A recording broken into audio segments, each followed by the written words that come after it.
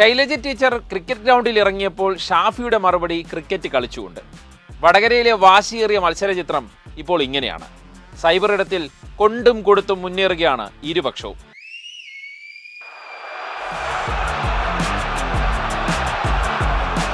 തലശ്ശേരിയിലെത്തിയ Shailaja teacher cricket ഗ്രൗണ്ടിൽ ഇറങ്ങി കുട്ടികൾക്കൊപ്പം ഫോട്ടോയ്ക്ക് പോസ്റ്റ് ചെയ്തു.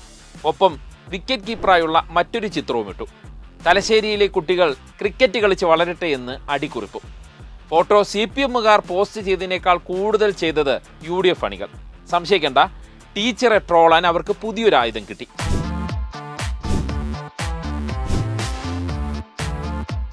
അവിടം കൊണ്ടും തീർന്നില്ല ഷാഫി ടീമിന്റെ മറുപടി. ടർഫിൽ തകർപ്പൻ ക്രിക്കറ്റ് കളിയുമായി രാഷ്ട്രീയ കളി നന്നായി അറിയാവുന്ന ഷാഫി തന്നെ രംഗത്ത്.